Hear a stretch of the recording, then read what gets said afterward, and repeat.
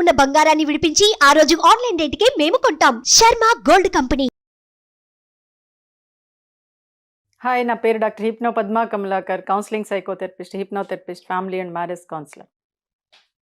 మా క్లినిక్స్ రాజమండ్రి, హైదరాబాద్లో ఉన్నాయి. మా హస్బెండ్ 2 years నుంచి 3 years నుంచి నాతో సరిగ్గా ఉండట్లేదు. చాలా ఇబ్బందిగా ఉంది, చాలా బాధగా ఉంది. చెప్తేనేమో అరిచేస్తున్నాడు, కొట్టేస్తున్నాడు, అందరి ముందు నన్ను బ్లేమ్ చేసేస్తున్నాడు అని చెప్పడం జరిగింది. వాళ్ళు చెప్పాక ఈ మధ్యన చాలామంది అంటే జాబ్ చేస్తున్నారు, 40 years వచ్చేటప్పటికి చాలా సఫర్ అవుతున్నారు, వైఫ్ని చాలా భయంకరంగా హింసిస్తున్నారు, ఇబ్బంది పెడుతున్నారు, కష్టపెడుతున్నారు అని అందరూ చెప్తున్నారు. బట్ ఎందుకు అలా చేస్తున్నారు ఏంటనేది ఒక్కసారి ఆలోచించారా అని నేను అడిగితే, లేదు మేడం, ఇంక ఇదే సమస్యతో గొడవలు పెట్టుకోవటం ఇదే సరిపోతుంది లైఫ్ అంతా, అసలు ఉన్న లైఫ్ని పాడు చేసుకుంటున్నానేమో అని అనిపించింది మీ వీడియోస్ చూశాక. అందుకు ఇలా మిమ్మల్ని అడుగుతున్నాను. నేను ఒక డాక్టరే నన్ను అడిగారు. దానికి నేను నా దగ్గరికి వచ్చిన ఒక కేసుని నేను చెప్తున్నాను. వాళ్ళిద్దరూ చాలా బాగానే ఉండేవారు, చాలా చక్కగా ఉండేవారు. కానీ సర్టెన్ ఏజ్ వచ్చిన దగ్గర నుంచి అంటే తను వర్క్ బిజీలో అయిపోయాడు, తినో వర్క్ బిజీలో అయిపోయింది. నా హస్బెండ్ నాకు దూరంగా ఉంటున్నాడు అని అనుకొని ఆ లేడీ ఏం చేసిందంటే అతన్ని ఇబ్బంది పడే విధంగా మాట్లాడింది. అంటే నా దగ్గర తీసుకొచ్చింది, తనే తీసుకొచ్చింది. అరే, నా హస్బెండ్ నాతో సరిగ్గా ఉండట్లేదు మేడం, అడుగుతుంటేనేమో చాలా ఇబ్బంది పెడుతున్నాడు అని చెప్పడం జరిగింది. నేను అంతా మొత్తం అబ్జర్వ్ చేసిన తర్వాత అంటే మన సుమన్ టీవీ చూసి లేడీస్ ఎలా అయితే ఫోన్ చేసినప్పుడు నేను వాళ్ళని కూడా ఇదే క్వశ్చన్ అడిగా. మేడం, మీరేం అనుకోవద్దు, ఇబ్బంది పడద్దు, మీ హస్బెండ్ అలా చేస్తున్నాడు అంటే ఒక రీజన్ ఉంటుంది, అది నేను మిమ్మల్ని అడుగుతాను, మీరు చెప్పండి అంటే, అడగండి మేడం అన్నారు. మేడం, మీరందరూ మీ హస్బెండ్స్ మీద ఎక్కువ అరుస్తున్నారా, అతను ఇబ్బంది పడే విధంగా అందరి ముందు అతని మీద అరవటం చేయటం అది చేస్తున్నారంటే, మేడం కరెక్ట్ మేడం, నిజంగానే అరుస్తున్నాం మేడం అన్నారు. జనరల్గా ఎలా ఉంటుందంటే హస్బెండ్ దగ్గరికి రావట్లేదు అని పరిశీలిస్తే అంటే అతను ఎలా ఉంటుందంటే ఎప్పుడూ కూడా నా భార్య నాతో సున్నితంగా స్మూర్తిగా అంటే ఒక తల్లిలాగా నన్ను చూడాలి అని ఒక హస్బెండ్ అనుకుంటాడు. కానీ అలా ఎప్పుడైతే అనుకోలేదో ఇంకా భార్య ఒక గయ్యాళి, అందుకే ఏంటంటే గయ్యాళి అంటూ ఉంటారు. కానీ ఆ గయ్యాళితనం ఎందుకు వస్తుంది అనేది మనం తర్వాత మాట్లాడుకుందాం.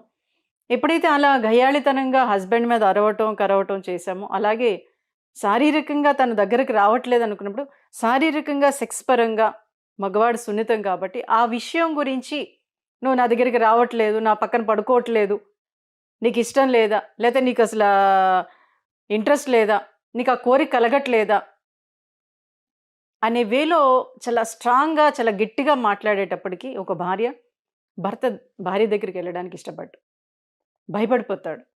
భయపడిపోయి అంటే తనకు ఎక్కడ తన్ని సాటిస్ఫై చేయలేనేమో అనే ఒక ఇన్సెక్యూరిటీ ఫీలింగ్లోకి వెళ్ళిపోయి భార్య దగ్గరికి వెళ్ళటం మానేస్తాడు. ఎప్పుడైతే భార్య అలా అరుస్తూ ఉందో, ఇబ్బంది పెడుతూ ఉందో, భర్తకి ఆ కోరిక అనేది చచ్చిపోతుంది. చచ్చిపోయి భార్య దగ్గరికి వెళ్ళడానికి ఇష్టపడ్డు.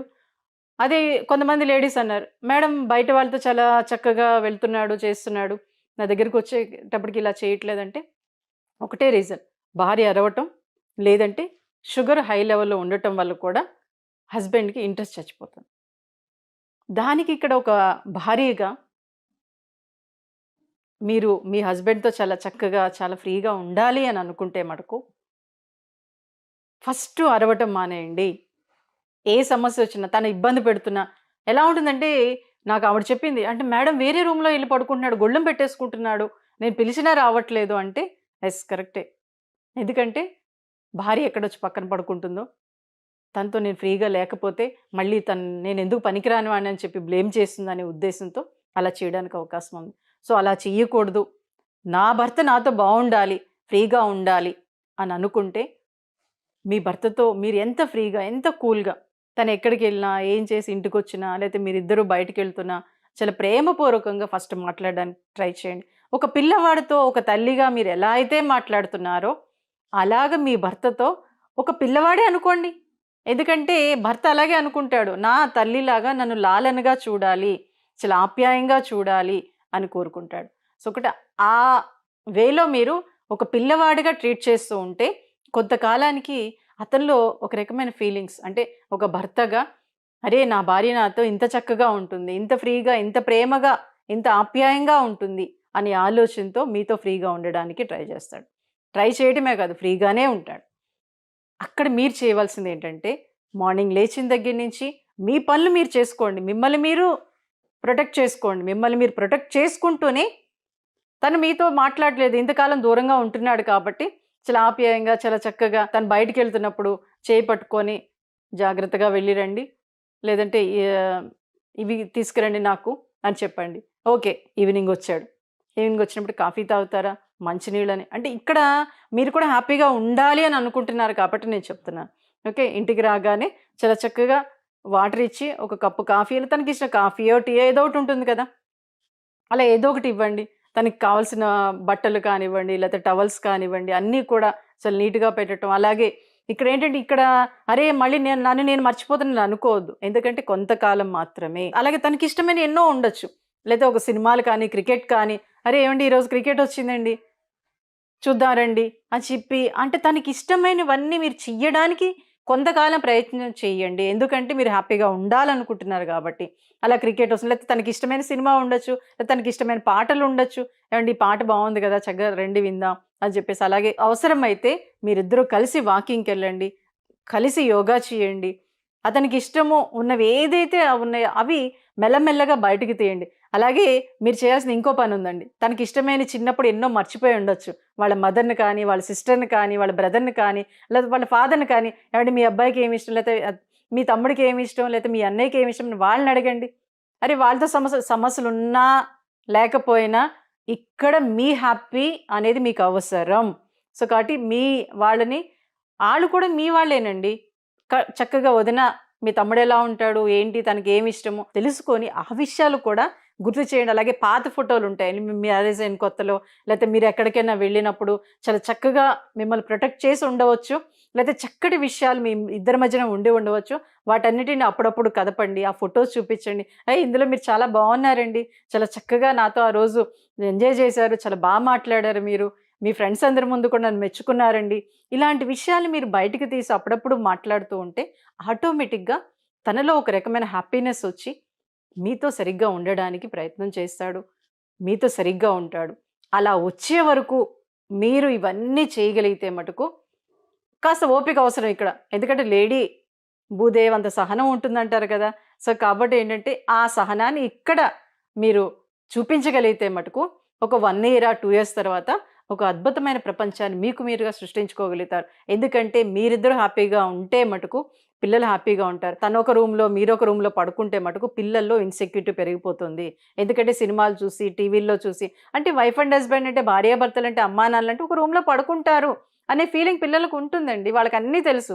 అలా మీరు వేరే వేరే రూమ్లో పడుకున్నారనుకోండి, అరే అమ్మా నాన్న వేరే రూమ్లో పడుకున్నా అంటే వీళ్ళిద్దరికి పడట్లేదు, వీళ్ళిద్దరు గొడవలు పెట్టుకుంటున్నారు, అందుకే అలా ఉంటున్నారు అనే ఫీలింగ్ పిల్లల్లో ఏర్పడింది అంటే వాళ్ళ స్టడీస్ దెబ్బతింటాయి, వాళ్ళ స్కిల్స్ దెబ్బతింటాయి, వాళ్ళ నాలెడ్జ్ దెబ్బతింటుంది.